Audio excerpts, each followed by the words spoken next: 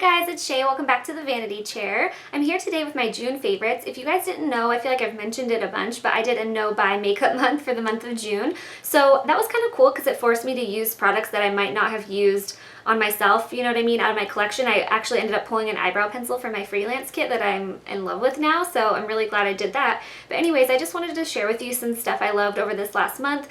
I feel like some of it I've already mentioned, but if I mention it twice, that's because it's really good. So anyways, the first thing I wanted to talk about was the MAC Pro Longwear Foundation. So they recently just launched the Nourishing 24-Hour Wear one. So this is like, this one's sweat and humidity resistant, and this one is too, but waterproof. And I mentioned this a ton, use this in some tutorials and stuff, and I love this one. But this one to me won't appeal to everybody because if you're dry, I feel like it kind of highlights your dry areas. That's just my experience with it so far. But the original one, it seems to be more forgiving in that way. It's a medium coverage, it's a natural matte finish, 15-hour wear. It's just, I live in Northern California and it's so hot outside that you need something sweat-proof, humidity resistant, which this is. So anyways, I've been wearing that a ton. It comes in quite a few shades. So the thing I do notice is I'm a little bit darker in this foundation than I am in other MAC foundations. So definitely go in and get color matched and all that good stuff. But yeah, 32 bucks, and it has a lot more in this. Like I think this has 6 whatever that is, milliliters maybe,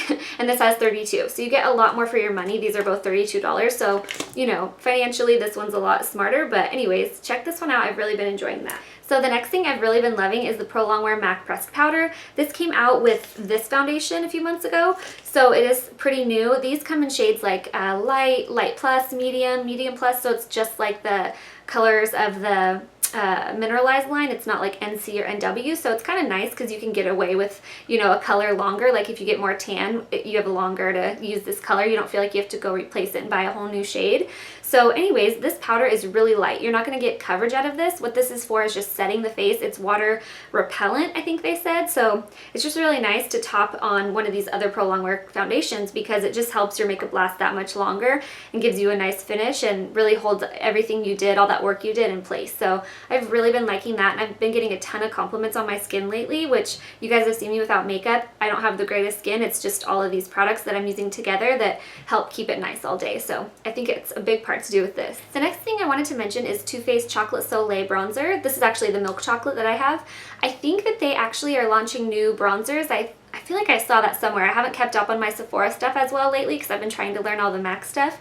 But anyways, this is the Milk Chocolate Soleil, which is really great for fair girls because it's a little bit lighter than the original and it's a matte bronzer. So you can bronze your cheeks, that's what I bronzed with today, or you can contour since it is matte. So I really love this, and everyone knows how good it smells because it has real cocoa powder in it. So you know, around summer, it's really good to have a nice bronzer, so I just wanted to throw this one out there for those people who are pretty fair like me and want to have that bronze look without looking orange. It's a great one. So next, I've been loving this blush from MAC. It's a Warm Soul. It's a mineralized blush. This is super popular, so I'd be really surprised if you guys hadn't already heard of it, but I just wanted to remind you because I had it for a while and I wasn't using it, and so sometimes you just forget about your oldie but goodies.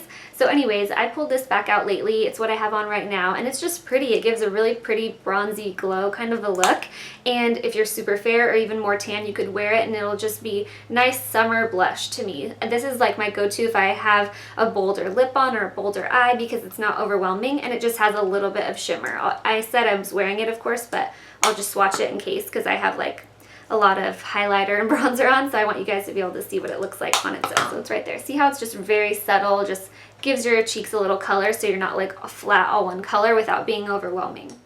The next thing I wanted to talk about is the Brow Wiz from Anastasia Beverly Hills. Everyone knows about this, everyone uses it, but it's funny because since I was doing my no-buy month, I ran out of the normal color I use, which is soft brown, and I couldn't go buy another one, and in my extra kit for doing other people's makeup, I had this shade, and this is called Taupe, I believe?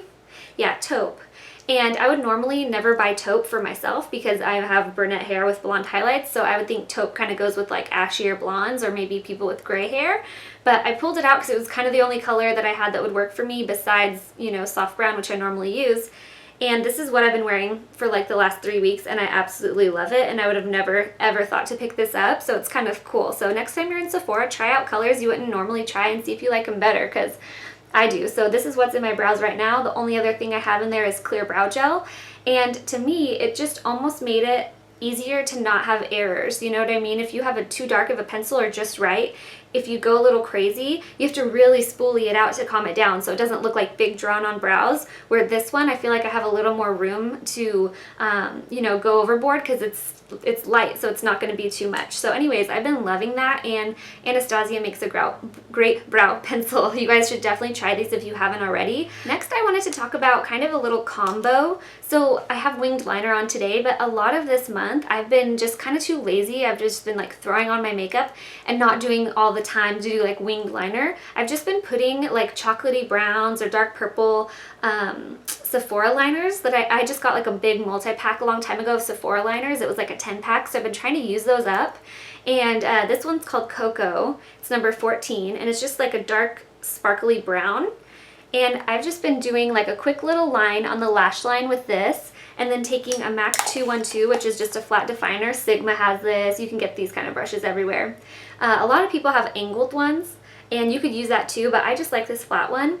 So what I've been doing is lining my eye, you know, lash line with this, and then taking this brush and just kind of flicking the product up a little bit and smudging it out, and it just gives my eyes like dimension and roundness, but it doesn't have a ton of effect like a black winged liner would have. So it's a little more natural for everyday wear. So I've really been enjoying using these two things in the morning, and it's a lot faster, and it's messy. It's kind of like messy looking, so it doesn't take a lot of effort. You don't have to be precise at all. So I've really been liking doing that. And Sephora, the pencils, their eyeliner pencils are really creamy and nice, so try those if you guys haven't. All right, the last thing I wanted to talk about is my curling iron. A lot of you guys have been asking me, I think it was in the last video I posted or 2 videos ago, about how I curl my hair, and I have a video on that. I'll link that below too. It's not that old, a couple months back, but I was using a smaller curling iron, and then when that one broke, I bought a bigger one to bring to work actually, because I just have been liking that loose waves, and I took it home one night and never brought it back because I love this so much. The size, I think this is 1.5 inches, but it just gives you like big loose curls so that when you finger through them and break them up, it just looks kind of like it gives a bend, but not like corkscrew curls, which I really like. So I've really been liking that size. If you guys were wondering, that's how I've been doing those curls I've been wearing lately. So, and Hot Tools is not bad at all. I think these are, it's hard to tell because I buy them at cost since I am a licensed cosmetologist. I think I get these at like $40, so they probably retail for about $80, something like that.